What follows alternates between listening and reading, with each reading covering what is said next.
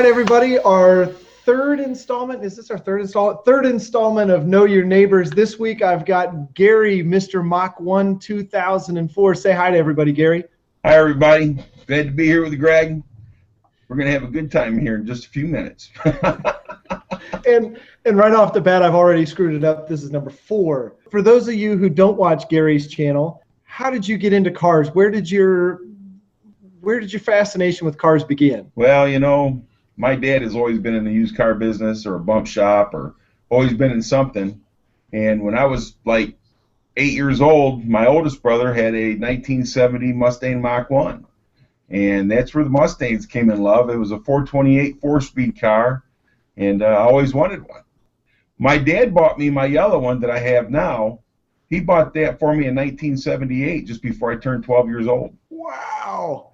So the Garage Gang guys always talk about blood cars or cars that have been handed or been in the family. That's a long time to have that car since you're 12. I don't know how old you are now, but I've got to guess. I'm 49. 38 years. Am I doing the math right? Yeah. And it's a what year? 1970. 1970. So it wasn't very old when you got it. It can't have that many miles on it. The car's got 81,000 miles on it. When my dad bought it for me, he paid $500 for it. I still have the receipt where the lady wrote out to him. There's Mustang guys filling their pants up right now. Yeah. My older brother, that had the same 70 Mach 1, he had a Boss 302 at the time. And I was out in the garage and I was helping him. And he had looked over at me and, you know, kind of gave me a little nudge in the arm and said, "You'll never have nothing this nice." And my dad overheard that. And the next day, he brought it home and goes, "Go tell your brothers what you got sitting in the driveway." Wow. That's a hell of a dad. Oh, my dad's great. He's a great guy. I don't want to fast forward too far because that's a pretty cool story that I don't know how I want to say that, but your brother egging you on caused your dad to buy you a kick-ass car. That's a pretty damn cool story. That's exactly what happened. And so I guess I want to fast forward way ahead now to present day. One of the things you're doing, which I think is really interesting, and I can't even imagine how difficult it is, but you're trying to open a salvage yard. Well, we've had Lee's Auto Parts since 1983. Okay. And I ran it up until 2002, but I was working at Detroit Diesel at the same time, so I was working 2 different jobs, junkyard and Detroit Diesel. So we let it go, let the license expire, because I was working my job, and my dad, he had moved to Kentucky. So now my mom passed away in 2009, and my dad come up to me and says, "Let's reopen the yard." So I've been working on it for actually 4 years trying to get it open. The yard that you're going to open was once a junkyard or was once a salvage yard and just kind of went, I'm not going to say dormant, but unlicensed for a while, and now you're trying to get it back in commission. Right. Well, I never shut off the electricity or nothing like that because we was always there, and we always had vehicles there. And, you know, I got a dresser, 520B loader there that I use for, you know, crushing cars and whatnot, and stacking them up and using them to pull engines and stuff like that. So I still have all the tools and everything. I just let the license go. So we've kind of always been there. So that's the way the yard's trying to, you know, open back up, is that we never left it. We never abandoned it. We paid our taxes.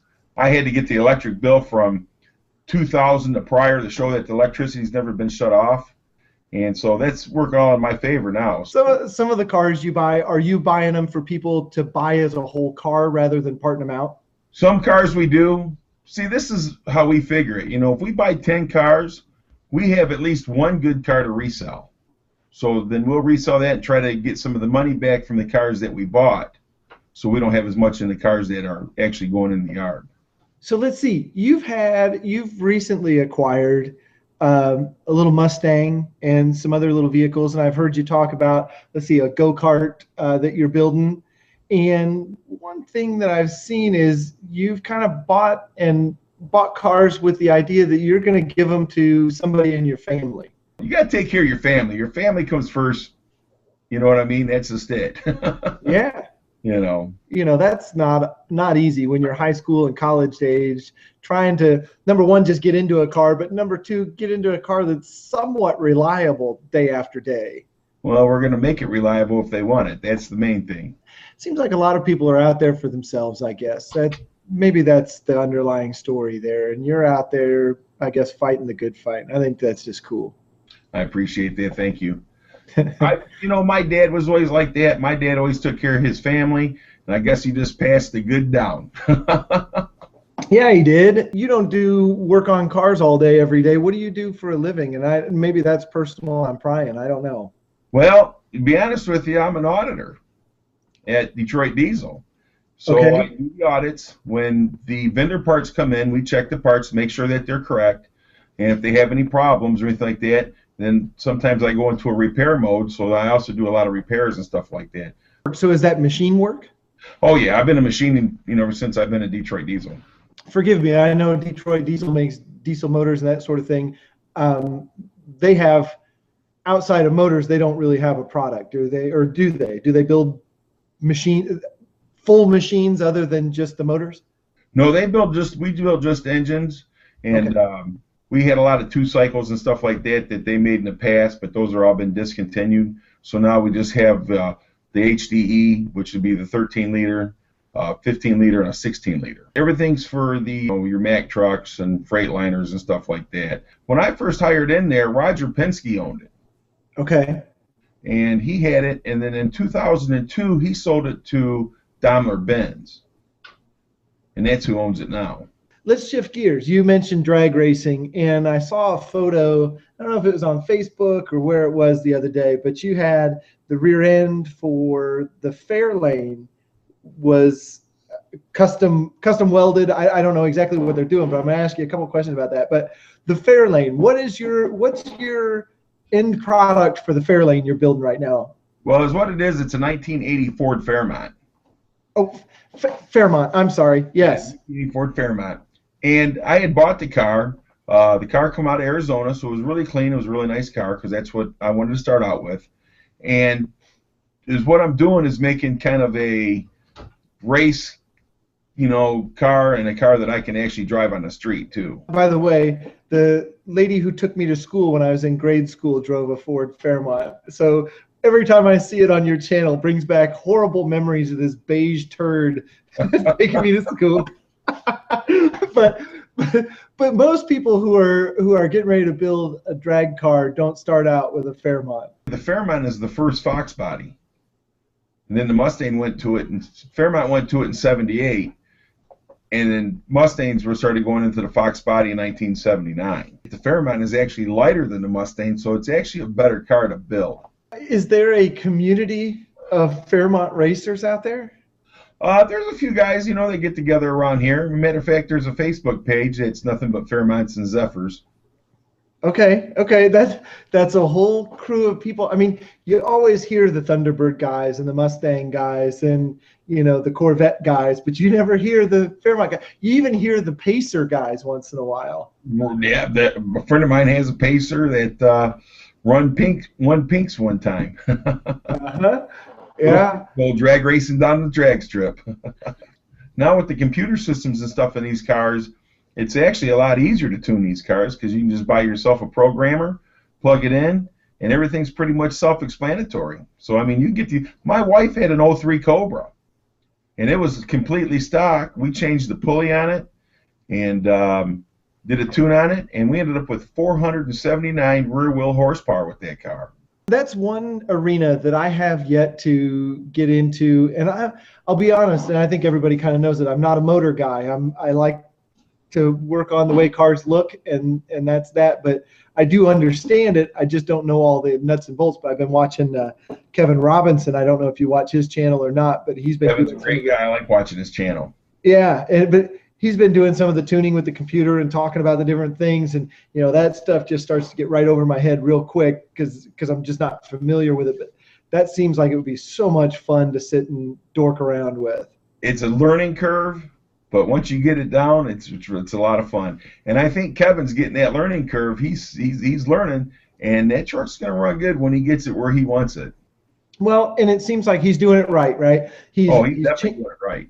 changing one or two parameters at a time. You don't change them all. You just change one or two, see if you improve, change another couple. And again, I have no place even talking about it really, but in just kind of theory of troubleshooting and improving things, you kind of want to sneak up on that line rather than just try and hit it the first time. Well, and that's what he's doing right about it, because he's taking his time to get there. Anybody that goes out and buys a bunch of stuff and starts throwing it on their vehicle and then think they can tune it, well, they're going to end up taking it to a tuner to get it tuned right, because they're never going to figure it out, because they're not going to know what does what. Yeah. Well, that's the boat I'd be in. And I got a story about that, because when my dad was down in Kentucky, he was down in Richmond, Kentucky. He had a small little car lot down there called Economy Motors.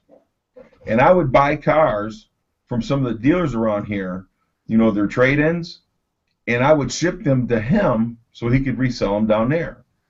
Well, I went to the dealer one time. I walked in there, used cars, of course, and they said, "Hey, we got a car for you out here." He goes, "Just give me $75 and get it off my parking lot."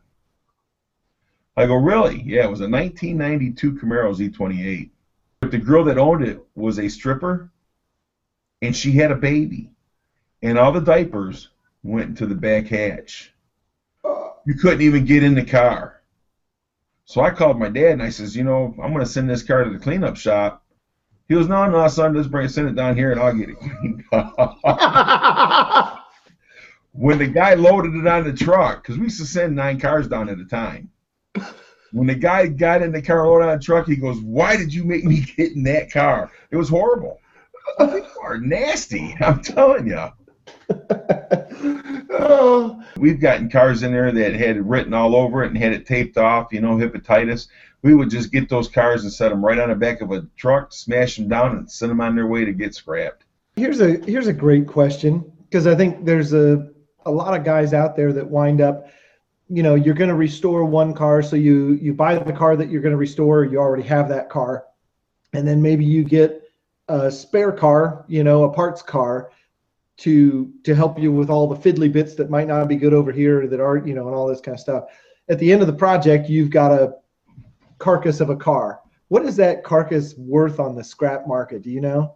Well, a few months back, it was about $300 a ton. Okay. So, you get a car that's like, let's say a full-size Lincoln Continental. Mm-hmm. A car like that, it weighs a ton or better, so you're going to get 300 plus for just that carcass. Normally, when I take cars to the scrap yards, I have some type of a contract with these people where I guarantee them so many tons a month. And I do that in order to get the top dollar for the cars. We know what you're doing. I think that us meeting the neighbors, I think it's a really cool deal. We get to know the people a little bit better, so I'm glad you're doing this. Well, I started out with the intention of trying to grab guys whose channels were a little bit smaller, that people really didn't, have any knowledge of. I guess I don't know how to say that better, and I think that's a good thing. But I think having some of the guys that I've had on that have a little bit bigger channels has brought a lot of people to watch the first few episodes. I'll put it that way. Well, that makes it nice, because basically is what I call myself as a newbie. Mm-hmm. I've been doing this for a little over a year, and I started out, I didn't have but 5 subscribers. Then I started talking to VW Darren and that, and then my subscribers started going up. I was actually sick when I started doing this. I was down. I was out of work for like 8 months. Oh my! So that's when I started doing this. So it was just something to keep me occupied, and it just turned into a habit. Yeah. Well, I mean, it's really kind of addictive, and I don't know how to say that better, but there's an energy, and I think everybody will say the same thing, that everybody will agree that it's definitely, there's a collective conscious that is the Garage Gang, or that is the YouTube group, however you want to say it, but that push to put something up, that feedback that you get back, I mean, it's all really cool. And it really is. I mean, you're going to get some people that's going to be downers, you know, but you got to look over them and just look at the people that's enjoying your channel and the channels that you enjoy. So that's my thing, you know. I am glad that I have got onto this and gotten the, you know, the Garage Gang and stuff like that. We have the YouTube Shop Talk on Facebook. We have a Garage Gang on Facebook. So it all pretty much comes together, and we get to meet people like you, VW Darren, you know.